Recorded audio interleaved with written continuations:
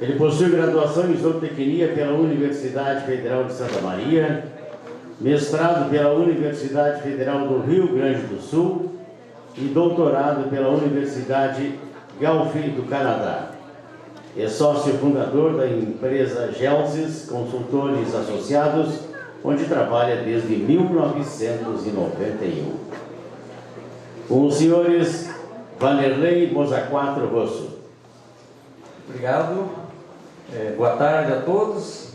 Inicialmente quero agradecer a Conexão Delta G pelo convite de estar aqui. Dizer que para mim é uma honra e também uma responsabilidade grande. O tema que a gente traz aqui, então, é melhoramento genético para aumento da lucratividade na pecuária.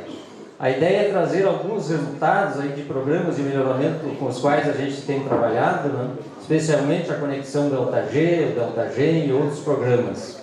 Inicialmente eu vou apresentar alguns números da pecuária brasileira para a gente se situar. Depois a gente vai falar um pouquinho sobre seleção, sobre cruzamento, apresentando alguns resultados. Aí vamos falar também sobre as avaliações genéticas tradicionais, sobre as avaliações genômicas e apresentando então resultados de aplicação da seleção genômica em programas de melhoramento genético. E para finalizar a gente vai falar mais um pouquinho sobre o SEIP, tá? Então eu vou começar mostrando aqui alguns números da pecuária nacional, né, do rebanho de bovinos de corte do Brasil. Em 2022 nós tínhamos 218 milhões de cabeças de bovinos, sendo que isso representa 14% do rebanho mundial. Desses 218 milhões, 80% são da raça Nelore ou cruzamentos com o Nelore. Então nós somos o maior rebanho bovino mundial atualmente. Aqui em termos de taxa de desfrute, né, que representa então o desempenho desses nossos rebanhos traduzidos pela taxa de desfrute, e aqui nós estamos atrás aí de países como Estados Unidos, Austrália e Argentina. A nossa taxa de desfrute fica em torno de 19%, ou seja, temos margem aí para melhorar bastante os nossos índices. E se nós quisermos melhorar esses índices, nós temos que atuar em 4 pilares: manejo, nutrição, sanidade e genética. Na genética nós temos a seleção e o cruzamento. Então o nosso foco, né, no melhoramento genético é trabalhar nessas duas avenidas aí sinérgicas de melhoramento genético. Em termos de cruzamento, aqui eu trago alguns dados da Conexão Delta G para ilustrar então o quanto a gente pode ganhar através, no caso aqui da heterose. Nós analisamos um conjunto grande de dados da Conexão Delta G, né? Em torno de 480 mil dados de desmama e 220 mil dados de produtos então avaliados ao sobre ano. E aqui nós temos as várias características que são avaliadas: ganho de peso, conformação, precocidade e musculatura na desmama. Depois nós temos ganho de peso, CPM no sobreano e mais o perímetro escrotal. E aqui nós temos o ganho em termos de heterose.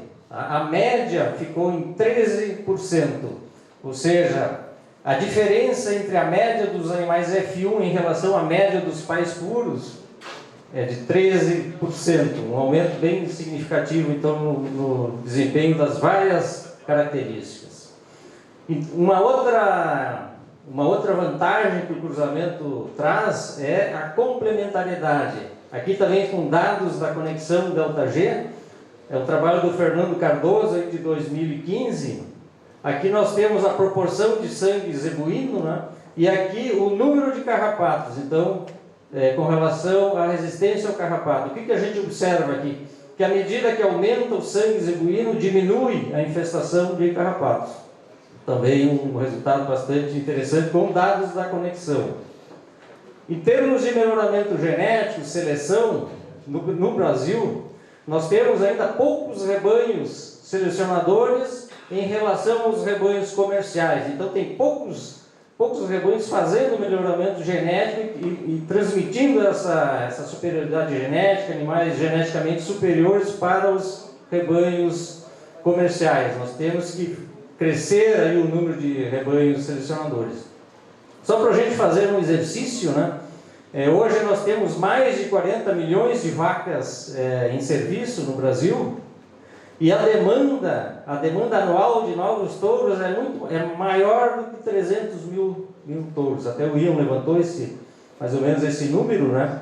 E pelas nossas estimativas aqui, menos de 15% desses touros é atendida pelos programas de melhoramento genético. Então também aí nós temos margem para melhorar.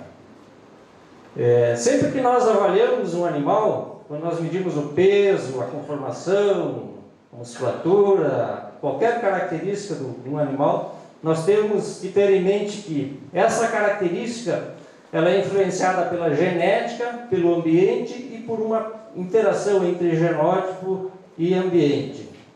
E o objetivo, então, na avaliação genética, quando a gente roda os programas de avaliação genética, é justamente separar esses componentes. O componente genético aqui é um componente menor, né? A gente trabalha com características aí com herdabilidade de 20%, 30%, né? Ou seja, apenas 20% ou 30% das diferenças dos animais é explicada por diferenças genéticas. É dessa parte aqui que nós então calculamos as DEPs e os índices nos programas de melhoramento para os produtos, touros e vacas. Com relação aos sumários de touros, né, as avaliações dos touros, geralmente essas informações elas são públicas, elas são publicadas nos sumários de touros. Por exemplo, aqui no caso da conexão da AltaG, né, se a gente entrar lá no site do Gensis e clicar ali em sumários de touros, né, a gente pode escolher aqui o sumário da conexão da AltaG, clica aí e vai aparecer lá, vão aparecer várias tabelas com as avaliações dos touros. Essas avaliações elas também são mostradas na forma gráfica para facilitar, né, a interpretação. Então aqui nós temos as várias características, lá em cima os índices dos animais, a DECA, o percentil, a acurácia, o número de observações, número de filhos e uma observação ali se a avaliação é genômica ou não. No caso com um Gzinho ali significa que aquele touro tem avaliação genômica. Então lá nós temos 4 índices, aqui nós temos várias características, né, características de desempenho, tem características de facilidade de parto, características de ultrassom, relacionadas então à qualidade da carcaça, e lá no final, ecto, ou seja, resistência ao carrapato. Então, tem informação aí para ser usada, né, que pode atender aí diferentes objetivos de seleção aí dos criadores. Basta usar as informações. Aqui eu trago um exemplo sobre a utilização de touros geneticamente superiores. Qual é o impacto quando a gente usa um touro geneticamente superior? É um cálculo bem simples que a gente fez aqui. Colocamos aqui então as DECAs de 1 a 5. Qual é o índice médio dentro da conexão ΔG para cada uma das DECAs?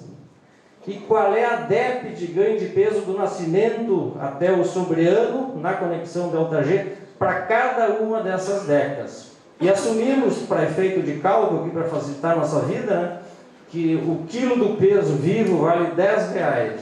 Tá? Então, se esse touro for escolhido, o touro DECA 1, e ele deixar um filho no rebanho, o que vai acontecer?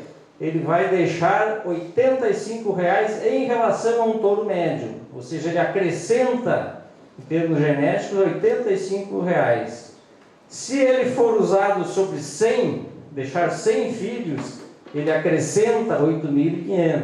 Se ele deixar 200 filhos, 17.000. Em relação a esse touro médio, que é o DECA 5, que tem uma DEP de ganho de peso do nascimento até o desmame igual a 0. Então eu vejo aí a importância, né, de utilizar touros superiores geneticamente. Aqui no caso a gente está falando de apenas uma característica, que é o ganho de peso, mas no caso da conexão ΔG, ela trabalha com várias características, ganho de peso, CPM na desmama, ganho de peso no sobreano, CPN no sobreano, mais o perímetro escrotal. Então, tem a importância econômica das outras características também. E aqui a gente traz para ilustrar com relação à precocidade no sobreano, que ela faz parte do índice. Isso aqui é um experimento que foi feito com 202 machos Nelore, e esses machos então foram avaliados na desmama, avaliados no sobreano, receberam as notas lá no sobreano. Então tinha animais nota 1, animais nota 2, até animais nota 5, que são os animais superiores. Esses animais eles foram para o confinamento, e aí foi medido o número de dias que esses animais ficaram no confinamento. Os animais que receberam a nota 1, que são aqueles animais inferiores nos seus grupos de manejo, eles ficaram 133 dias para ficarem prontos para o abate. E os animais que receberam a nota 5 ficaram 110 dias. Então vejam a diferença entre os animais extremos. Isso aí tem uma importância muito, muito importante. Nós vamos de menor liquidez para maior liquidez.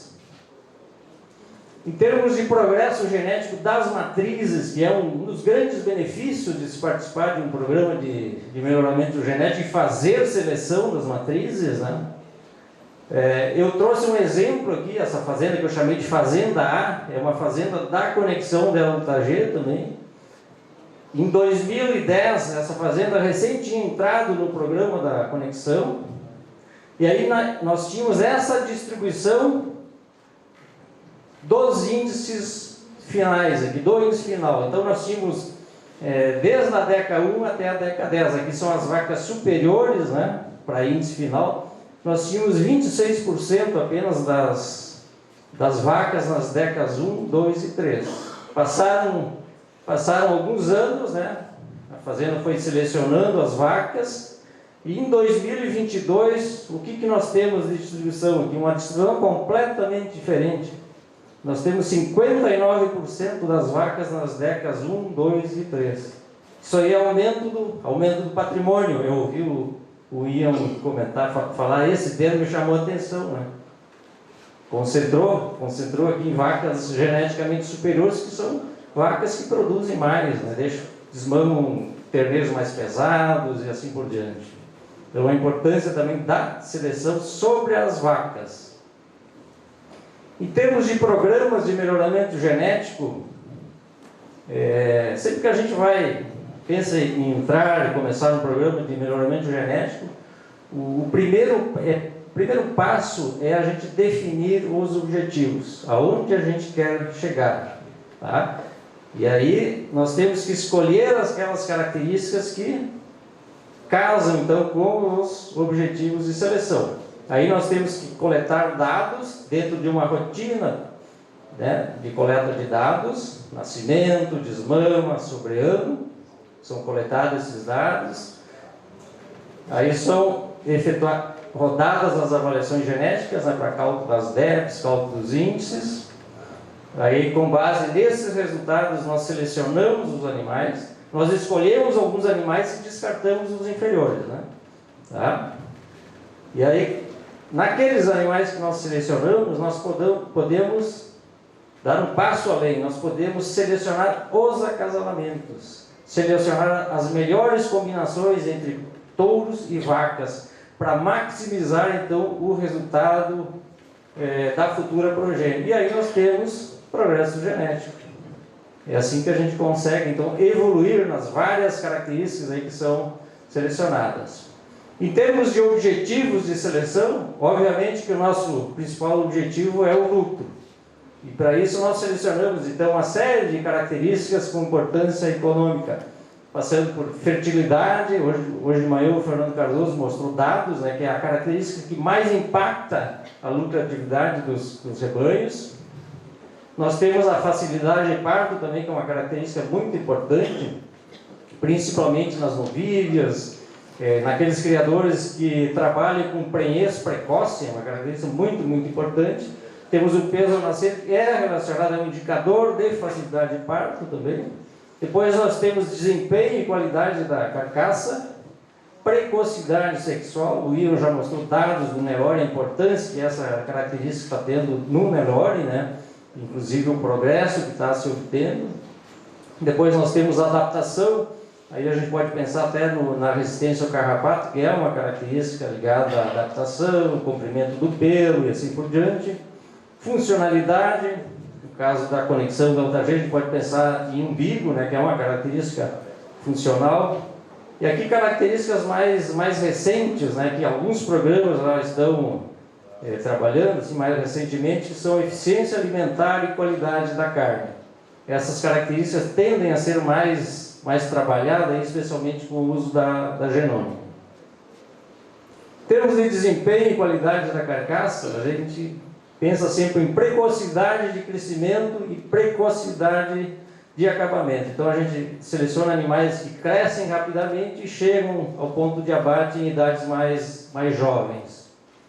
E para isso é utilizada essa ferramenta aqui, que são as avaliações visuais, que foram sugeridas pelo Fries em 74, que consistem então em notas relativas dentro de grupo de manejo. Os animais inferiores recebem as notas baixas, né, por exemplo, o 1, e os animais superiores a nota 5, e os animais médios a nota 3.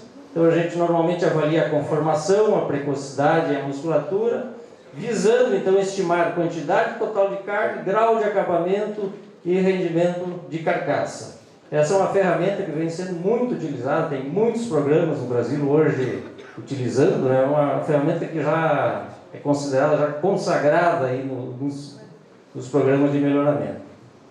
Esse tipo de avaliação tem proporcionado a seleção desse tipo de animal. Então, animais com bom peso, boa carcaça, boa musculatura e bom grau de acabamento. Índices que nem semelhantes ao do conexão delta G, que leva em conta ganho de peso nas duas fases, CPM nas duas fases, mais o perímetro escrotal. Então a gente tem conseguido produzir esse tipo de animal. Uma outra ferramenta que também complementa, né, é o uso da ultrassonografia. Ela complementa então as avaliações, né? E aí nós conseguimos medir o grau de acabamento, a gordura intramuscular, que é o marmoreio, e mais a área de olho de lombo, que tem a ver com os rendimentos de cortes. A ultrassonografia e os scores visuais, eles são complementares, uma não exclui a outra. Aqui eu trago um exemplo, né, ilustrando. Aqui é um touro, um animal grande com pouca musculatura, mas como é um animal que tem uma estrutura grande, ele acaba tendo uma área de olho de lombo maior. Aqui é um animal menor, ele é musculoso, mas pelo fato dele ser menor, ele tem uma área de olho de lombo menor. Então, se a gente combina as duas metodologias, a gente tem muito mais chance de identificar corretamente esses animais do que usando apenas uma delas. E aqui eu trago a correlação que existe, a relação entre a área de olho de lombo e a musculatura. Isso aqui são DEPs padronizadas, né, de 316 touros delta G. Então a correlação foi de 62% da área de olho de lombo ajustada para o tamanho do animal com a musculatura. Então a gente consegue visualizar uma correlação bem razoável. Se a gente não ajusta a área de olho de lombo para o tamanho do animal, essa correlação diminui. Tá? Isso é importante. Hoje o professor Lobato falou em padrão racial, aí, foi uma das últimas palavras aí do professor Lobato, falou em padrão racial, e aqui eu trouxe um slide, né, que mostra isso. Aqui nós temos dois touros tidos como de bom padrão racial, né, os dois são muito bons. Qual dos dois é o melhor em termos de desempenho? Aí nós pegamos os dados da conexão delta G. Esses touros eles foram avaliados então na base de dados da conexão delta G. Esse touro, os dois têm acurácias elevadas, né? Esse aqui tem um índice final igual a 10, que é um DK2, ou seja, ele está entre os 20% melhores para índice final. E aquele outro touro, ele tem um índice de menos 14, ele é um DECA 10, ele está entre os 10% inferiores. Então a gente vê que padrão racial não tem nada a ver com produção. E nesse gráfico a gente consegue visualizar isso. Também dados da conexão da UTG de 2019, aqui nós colocamos o índice final dos animais, que leva em conta então ganho de peso, CPM, perímetro total, tá? E aqui a DEP de caracterização racial. A gente não consegue ver nenhuma associação entre as duas aí, nenhuma. Se a gente escolhe por caracterização racial, aqui estão os melhores touros para caracterização racial. Se a gente escolher esse touro aqui, ele é um touro negativo, um touro bem inferior à média. Se a gente escolher aquele touro lá em cima, ele é bem superior à média. Então é meio que uma loteria, né? Por isso que a gente tem que olhar para todas as informações ao escolher os touros, as vagas, qualquer animal. Em termos de avaliações genéticas, hoje, como é que a gente trabalha? Nós temos as avaliações tradicionais, então a gente estima as DEPs, diferença esperada na progênie, e as avaliações genômicas, que são as DEPs aprimoradas pela genômica. A DEP genômica, ela promete maior ganho genético. A gente ouviu bastante ao longo do dia que as avaliações genômicas proporcionam então maiores ganhos genéticos. Isso porque ela aumenta a acurácia das estimativas e diminui o intervalo de geração. A gente consegue tomar decisão mais cedo na vida dos animais. Mas aqui não é só a acurácia que é aumentada. A gente vê re-ranqueamento dos animais. Quando a gente inclui a informação genômica, muitas vezes, o que acontece? Muda o ranking dos animais. E isso faz com que maximize a probabilidade de a gente escolher corretamente os animais. Então não é só a questão da acurácia. Se mudar só a acurácia e não alterar o ranqueamento dos animais, não muda nada na nossa vida, né? A gente vai continuar escolhendo os mesmos animais. Então ela só se justifica se ela muda o ranqueamento dos animais. E que é o que acontece. Ela aumenta a acurácia e também muda o ranqueamento dos animais. Por isso que a gente tem, então, maiores ganhos genéticos. Na avaliação genômica, a gente continua usando as mesmas fontes de informação das avaliações tradicionais, porém é acrescido mais uma informação que é o DNA, a genotipagem, então, do resultado lá da genotipagem do animal. Temos mais uma fonte de informação. E as avaliações tradicionais, elas têm proporcionado, ao longo dos anos, progresso genético. Aqui eu trago dados do banco de dados Aliança Nelore, que é um banco de desmama 2,8 milhões de avaliações, aí no sobre-ano 1,7 milhões de animais avaliados. A gente vê ao longo dos anos aqui, ó, as tendências genéticas, então, do índice de desmama em azul e vermelha do índice final. Tendências bem interessantes, né? Então a gente conseguiu ganhos genéticos através da seleção tradicional. Essa base aliança, ela contém vários programas de melhoramento que contribuem para essa base de dados. Então a gente tem o DeltaGen, tem a CIA do melhoramento, tem o Paint, tem o Nelore de produção e outros. Tem vários programas dentro dessa base de dados. Lá no finalzinho, lá, 2021, 2022, a gente nota uma tendência de aceleração aí no ganho genético. Possivelmente isso já é um resultado da genômica, porque nessa última fase aqui nós já temos avaliação genômica, então possivelmente seja um efeito da seleção genômica. Em termos de programas, nós temos trabalhado com seleção genômica, então na conexão DeltaG, que trabalha com as raças Hereford e Braford, Natura, com Angus e Brangus e alguma coisa de Nelore, e nas outras, DeltaGen, Paint, Nelore de produção e CIA do melhoramento, com a raça Nelore. Então são os programas que hoje a agência está envolvido aí na seleção genômica. Em termos de população de treinamento ou de referência, que são aqueles animais então, que têm fenótipos e genótipos que são usados para definir as equações de predição dos programas. Na conexão DeltaG nós temos mais de 9.000 animais nas características da desmama, no sobre-ano mais de 8.000 animais, E na resistência ao carrapato, que é um dos focos da conexão Delta G, ela visa melhorar essa característica, né? Tem mais de 5.000 animais.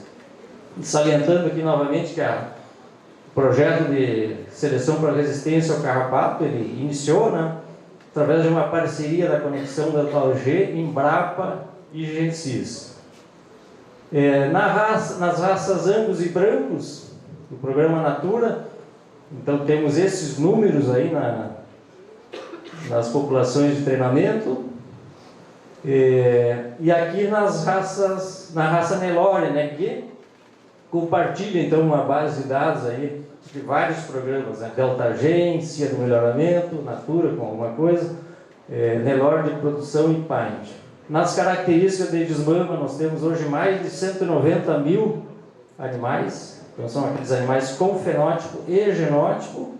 Nas características de sobreano, 178.000 animais.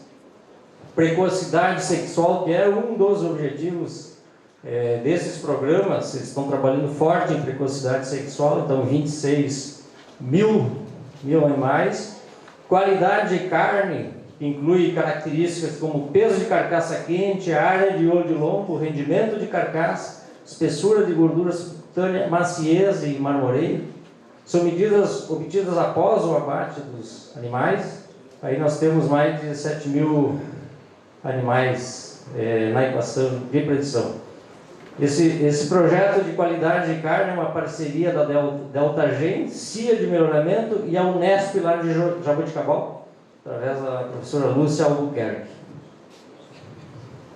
E uma das aplicações da seleção, o Fernando já mostrou hoje de manhã, né, é uma característica de difícil mensuração, aí, que é a resistência ao carrapato, que é uma característica que causa prejuízos enormes, tanto diretos quanto indiretos para a nossa pecuária. Resistência ao carrapato. Aqui então são combinados, no caso aqui do projeto da conexão Delta G, né, com a Embrapa e Gensis, então são combinados dados de contagem de carrapato mais as genotipagens para produzir a DEP genômica. Então já faz alguns anos aí que essa DEP está sendo gerada e divulgada aí através da conexão Delta G, através da Embrapa. No caso do sumário da conexão Delta G, é apresentado então, são apresentadas as DEPs de resistência ao carrapato para os touros. Então anualmente é feita uma atualização dessas avaliações e os resultados são públicos, né? Qualquer pessoa pode ter acesso através do sumário da conexão Delta G a essas avaliações. Aqui nós mostramos a relação que existe entre o índice final dos touros do sumário 2022-23 com a DEP de resistência ao carrapato. Então aqui a gente pode escolher touros superiores com altos índices e com maior resistência ao carrapato. É o que nos interessa. Então, touros com as duas características de interesse. Touros resistentes ao carrapato e ao mesmo tempo com altos índices, com alto desempenho. Uma ferramenta que a gente utiliza muito na conexão Delta G, o próprio Delta G, em todos os programas que a gente trabalha, tem usado bastante, é o programa de acasalamento dirigidos. Porque nas avaliações genéticas são geradas muitas informações, né? São geradas DEPs, DEPs convencionais, DEPs genômicas. Nós temos as características funcionais, os índices, né? Como é que a gente vai combinar toda essa informação? Então, nós fazemos uso de um programa, que a gente vem aprimorando ele já há bastante tempo, e é uma ferramenta muito, muito útil, né? A própria escolha, na escolha dos touros jovens, quando se escolhe os touros jovens, a gente faz uma simulação dos touros jovens com as vacas do rebanho e vê aqueles tourinhos jovens que dão os melhores resultados. Então ele contribui até nisso, né, na escolha dos touros jovens. Depois que o criador ele pode usar esse programa também para definir as compras de sêmen, né? Ele pretende, por exemplo, estar em dúvida lá entre 15 touros para selecionar 5 touros, né? Então a gente põe os 15 touros aí, ele faz uma rodada e vê aqueles touros que dão o melhor resultado. Aí ele compra o sêmen desse touro, por exemplo, e aí sim, aí feita uma rodada final só com esses 5 touros. Então, o que a gente consegue fazer? Otimizar os resultados.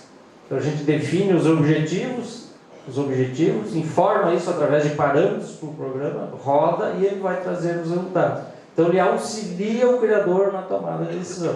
Obviamente que a decisão final sempre é do criador. Aqui, em termos de resistência ao carrapato, a tendência genética na conexão delta-G, né, o que tem acontecido ao longo dos anos? É uma tendência favorável, né, vem diminuindo o número de carrapatos, isso em termos genéticos. Aqui no primeiro período, aqui, a gente observa uma certa instabilidade, aqui não se tem uma tendência clara, aqui, mas a partir de 2008, aqui a tendência é bem mais interessante, né? Com menor oscilação e no sentido desejável.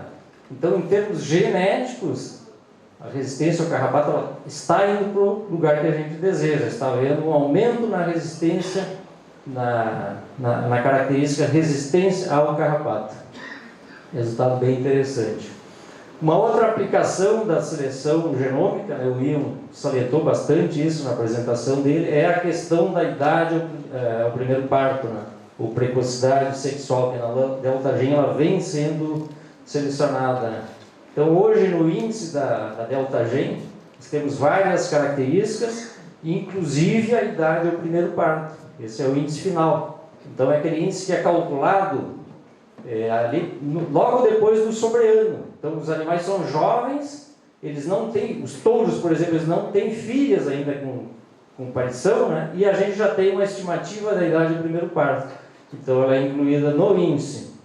E também existe um índice chamado índice de precocidade sexual, que aí nós incluímos características de perímetro escrotal, probabilidade de prenhez aos 18 meses e idade ao primeiro parto. Então, mesmo para animais jovens, né, sem progênio, nós já temos essa informação graças à genômica.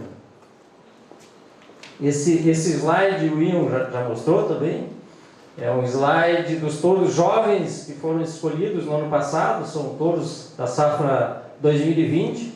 Então, nós tínhamos 22 machos avaliados na desmama, aí foram avaliados no sobreano, depois uma parte deles, e escolhidos 25 touros jovens. E aqui a gente traz as acurácias médias desses 25 touros. Então, azul aqui é a avaliação tradicional para as várias características. O índice final teve uma acurácia de 42% e o índice genômico de 75%.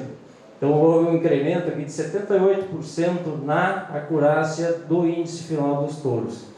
Um outro aspecto muito importante aqui, ó, são essas características aqui, ó. São animais, são todos jovens, já com avaliação de probabilidade de prenhez aos 18 meses, idade ao primeiro parto, peso adulto das vacas, que é uma característica importante, e duração da gestação. Então, a genômica nos proporciona tomar decisões sobre características que só serão avaliadas tardiamente na vida dos animais. Então, aquele aumento da acurácia lá de 42 no índice, né? De 42 para 75, que representa 78%, isso equivale a 40 filhos avaliados. Então, um touro jovem, quando ele começa a ser usado, né, ele não tem filhos ainda, é como se ele já tivesse 40 filhos avaliados. Então, isso nos traz mais segurança na tomada de decisão, diminuição do risco na escolha, na seleção dos TJs, no caso aqui dos touros jovens. Uma consequência da seleção genômica, né, da tomada de decisão mais cedo, que a gente consegue selecionar e descartar animais, descartar aqueles inferiores, né, e repor com os animais superiores, é a redução na idade média das vacas. Então, na delta-G, aqui em 2017, a idade média das vacas era 5,6 anos, em 2021, 4,5 anos. Então, uma redução de 20%. Também um ganho bem interessante. Então, a gente consegue rodar mais, né? Diminui o intervalo de geração, que é o denominador lá daquela equação do ganho genético. Então, o que acontece? O ganho genético aumenta. Uma outra aplicação da seleção genômica na qualidade da carne dos animais, né? característica então, que eu já falei, ali de qualidade de carne, né? Aquele projeto da Delta G inicia, de melhoramento e Unesco de Jaboticabal. Então hoje nós temos uma população de referência e de treinamento com mais de 7.200 animais, tá? E aí nós temos então as DEPs para essas características aí, que são características obtidas somente após o abate dos animais. Peso de carcaça quente, ar de olho longo, rendimento de carcaça, espessor de gordura, maciez e marmoreio, tá? Essas informações elas são combinadas no índice chamado índice frigorífico. E aqui a gente traz a relação então do índice frigorífico, né, que tem a ver com qualidade de carne, com o índice final. Então aqui dentre os touros, os animais, né, qualquer animal com índices superiores, no índice final superior, a gente consegue escolher aqueles que têm melhor qualidade de carne, através dessa tecnologia. Agora, indo mais para o final da minha apresentação, eu quero falar mais um pouco sobre esse documento, né, que é o Certificado Especial de Identificação e Produção. É um documento emitido com autorização do Ministério da Agricultura. Então, os projetos, os programas de melhoramento, eles podem submeter ao mapa seus projetos, né, projetos para obtenção do CEIP, e se forem aprovados pelo mapa, eles poderão emitir esse certificado, que é um certificado de superioridade genética dos animais. Esse certificado especial de identificação e produção, então, como eu disse, é um documento de superioridade genética e ele pode ser fornecido somente aos animais superiores. Então, quando o programa começa com essa aprovação do mapa, ele pode emitir para 20% dos animais avaliados na desmama. E se a tendência genética dele for positiva, ele pode solicitar ao mapa, todos os anos, um incremento de no máximo 0,5% ao ano, desde que justificado pela tendência genética. Se a tendência genética, por exemplo, for 0,4%, ele só consegue aumentar 0,4% no percentual inicial. E pode chegar no máximo a 40% dos animais avaliados na desmama. A ideia do certificado foi mais uma das ideias brilhantes aí do professor Frias, né? Que foi o idealizador do CEIP. Então, os primeiros programas CEIP, lá nos anos 90, foram a Conexão Delta G, Natura e a CFM. E os primeiros CEIPs foram emitidos para safras 89 e 90. Uma ideia muito, muito interessante. Aí hoje tem vários programas que adotaram o CEIP. Em termos de regulamentação, nós tivemos duas portarias, uma de 89 e a outra de 95, e a mais recente é uma instrução normativa aí de 2018. Então isso aí toda a regulamentação do CEIP está nessa documentação. Hoje nós temos alguns programas no Brasil com autorização do mapa para emissão de CEIP, né? Aí nós temos a Conexão Delta G, ali em azul, aqui nós temos a Delta G e outros programas. A maioria deles tem a avaliação genética da Agencia, que para nós é uma responsabilidade muito, muito grande. Quais são os critérios para recebimento do CEIP? Só para vocês terem uma ideia assim, dos filtros aos quais os animais são submetidos para receber o CEIP. O primeiro filtro é relacionado à avaliação genética. Então é feito um ranqueamento dos animais pelo índice final, tá? E a gente leva em conta então que os animais eles têm que estar em grupos contemporâneos conectados apenas, desconectado não recebe. DEPs balanceadas, aí nós temos filtros. Por exemplo, se o animal é positivo para várias características e muito negativo para uma característica, ele já não recebe o CEIP. Então elas têm que ser balanceadas, né? Um animal equilibrado. Caracterização racial, aqueles animais totalmente fora do padrão racial também não recebem o CEIP. Umbigo, animal com umbigo nota 5, por exemplo, não recebe o CEIP. Pigmentação ocular, no caso do bráforo, os animais despigmentados não recebem o CEIP. Então, os animais que forem aprovados nesses primeiros filtros, eles são considerados candidatos ao CEIP. E aí eles são submetidos a uma revisão final por um técnico credenciado pelo programa. Um técnico que foi treinado, credenciado pelo programa. E aí ele faz uma revisão dos animais, levando em conta, então, aprumos, pigmentação, simetria testicular, chanfro, mandíbula e vários outros defeitos. Então, somente os animais que foram aprovados esses dois grandes filtros aqui, recebem o CEIP. Então, é um documento de superioridade genética. Então, aqui está o documento, né? Aqui nós temos dados, então, do animal, aqui dados do criador, e aqui os índices e as DEPs das várias características. Então, o animal que tem esse documento é um animal melhorador. E é sempre em relação à safra dele, né?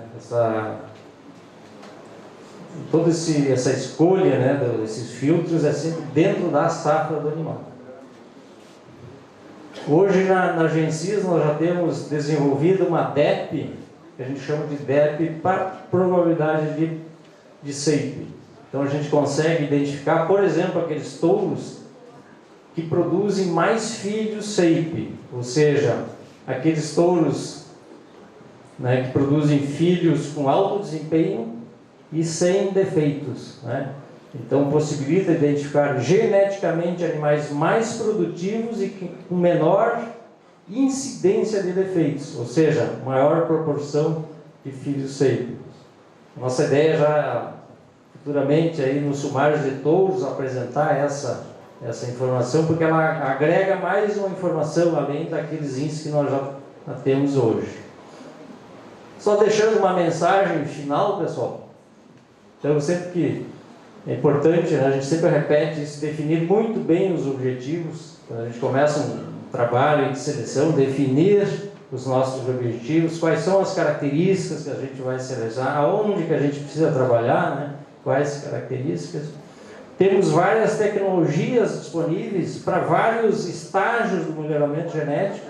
Nós temos os sumários de touros, por exemplo, que podem ser usados por todos, né? Todos podem ter acesso, mesmo aquelas pessoas que não participam de programas de melhoramento, só pelo fato de usar as informações que estão no sumário de touros, elas podem conseguir ganhos importantes que se traduzem em lucro, né?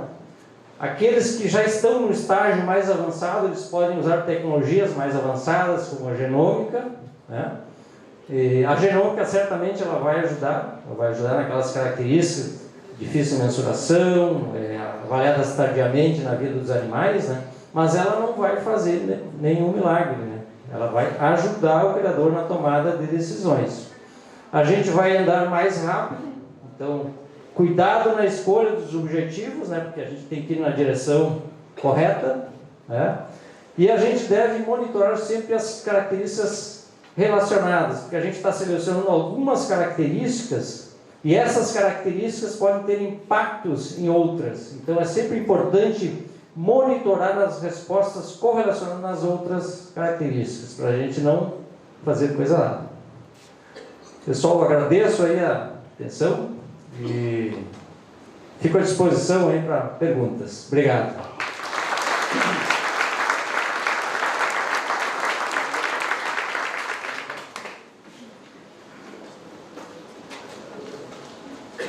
Oi. Convidamos o moderador Bernardo Peter Dacati, por gentileza.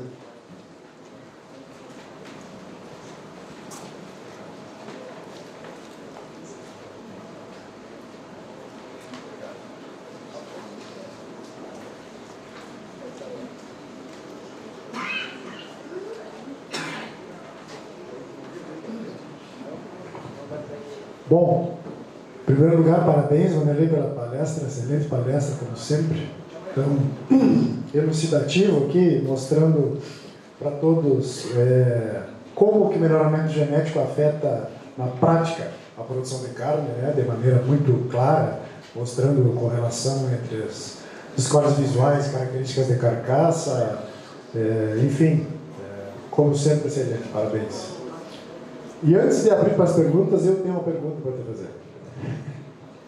Na verdade, é uma pergunta. Eu gostaria que tu esclarecesse, tu falasse bastante no CIP, e todos os outros palestrantes anteriores também falaram bastante no CIP, esse Certificado Especial de Identificação e Produção, que é uma chancela do Ministério da Agricultura, né? Falasse sobre os filtros que são aplicados para os animais que recebem o CIP, e como é que são escolhidos os animais. Mas eu gostaria que tu falasse para a plateia como é que o Ministério controla isso, já que é uma chancela do Ministério, o Ministério controla isso, de que jeito, existe algum tipo de auditoria? Obrigado pela pergunta, interessante. Existe um rigor do Ministério com relação à fiscalização, né?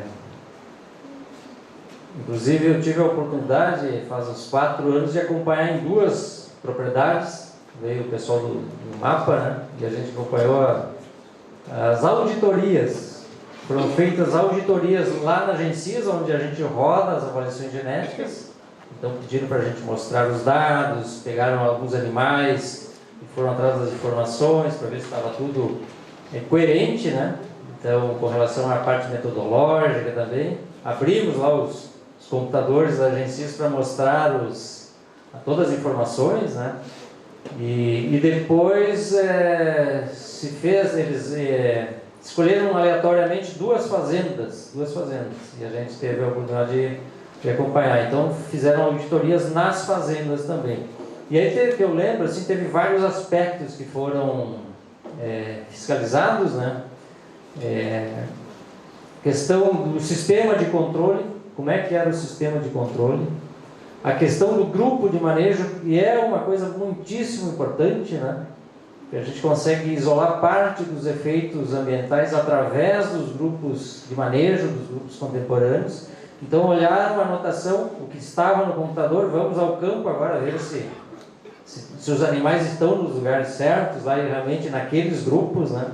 Então, uma fiscalização muito, muito importante, bem interessante e rigorosa.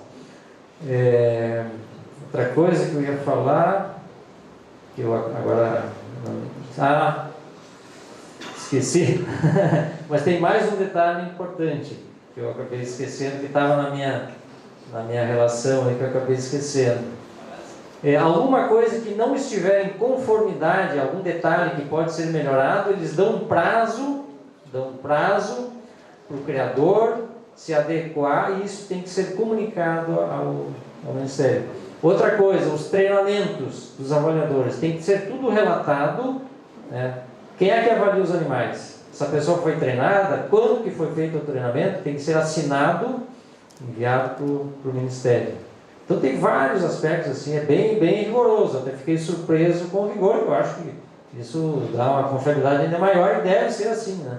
Deve ser. O detalhe que eu estava esquecendo, lembrei. A gente vai ficando velho, mas esquecendo as coisas, né?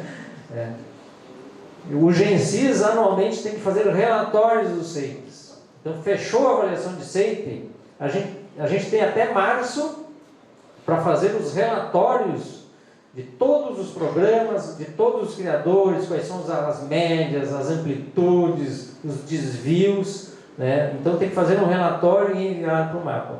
E eles analisam, se tiver alguma coisa estranha, alguma coisa que não está coerente, eles te retornam. E vão pedir explicações. Muito bem, muito bem. Eu fiz essa pergunta de propósito, porque eu recordo do que dizia o professor Robato em aula, que melhoramento genético deveria ser assunto da Polícia Federal. Não é, professor? Na época do Romeu Clube. Exatamente. E na verdade é um assunto muito sério, porque se é um material genético que vai ser disseminado para o país inteiro, isso tem que ser assunto da Polícia Federal, do Ministério da Agricultura, e a gente recebe sim essas auditorias, que são sim bem rigorosas, tanto no campo quanto no escritório, e é bom que todo mundo, estou vendo que tem bastante estudante aqui, que não sabe direito como é que funciona o certificado, né? Então, para reiterar a importância que tem esse documento e a importância que tem de se escolher touros ou sêmen de animais que participem de programas com CIP. Nós temos tecnologia moderna, nós temos o Ministério que fiscaliza isso tudo para a gente comprar touro ou sêmen de animal que não tem nem avaliação genética, né? Então, é importante frisar isso, né, Vanderlei? Alguém tem alguma pergunta aí?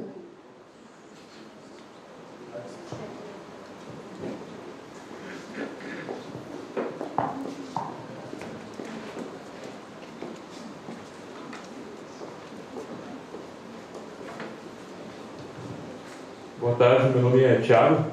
Em primeiro lugar, parabéns, muito obrigado pela palestra, foi ótima. Mas uma coisa me chamou a atenção aqui. Tu disseste que quanto maior o aumento de sangue zebuíno, né, maior tende a aumentar a resistência ao carrapato. Tu consegue ver alguma relação disso com uma possível redução do número de casos de tristeza parasitária bovina? Eu não tenho essa informação. De acordo com os dados que nós temos, né, na verdade a GenCIS não tem os dados de tristeza, né? Então a gente não tem como levantar, talvez algum criador pudesse passar essa informação, mas nós, infelizmente lá na GenCIS nós não temos essa informação. Não tem, talvez alguém consiga te ajudar. Hoje de manhã, não sei se você assistiu a palestra do Fernando Cardoso. Sim. Lembra que ele apresentou umas herdabilidades ali, do nível de parasitemia para o Babesia e anaplasma? Sim. São umas herdabilidades muito baixas, muito baixas. Ou seja, existe variabilidade genética sim, mas é muito baixa a herdabilidade, né? Então é bem difícil de estabelecer essa relação entre nível de infestação de carrapato e nível de parasitemia. Principalmente quando tem o anaplasma junto, que não depende do carrapato. Inclusive ao contrário, tem muito lugar que erradica o carrapato e começa aí sim a ter, por exemplo, problema com a anaplasmose. Então essa relação entre nível de parasitemia e de infestação do carrapato é bem difícil de estabelecer. Obrigado.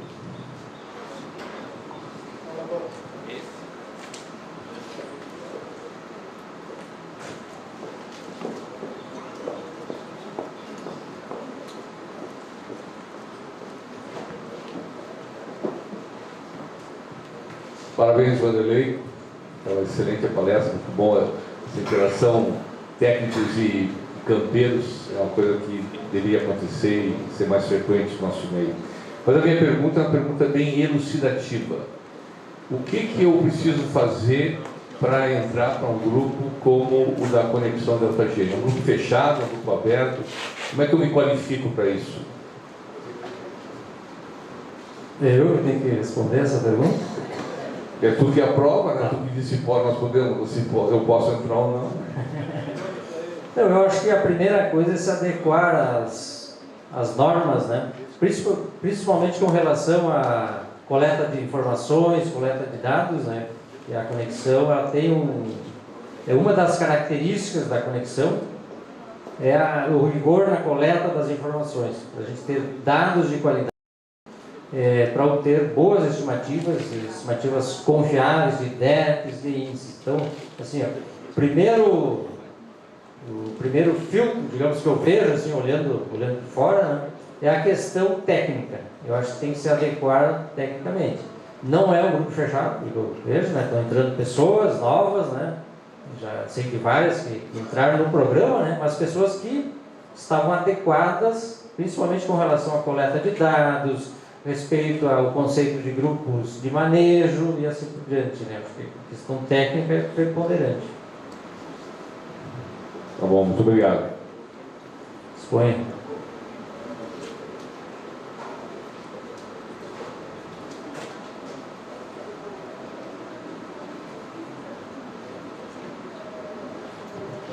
Ninguém mais tem pergunta? Bom, sendo assim, Vanderlei, muito obrigado. E peço uma salva de palmas para o nosso palestrante.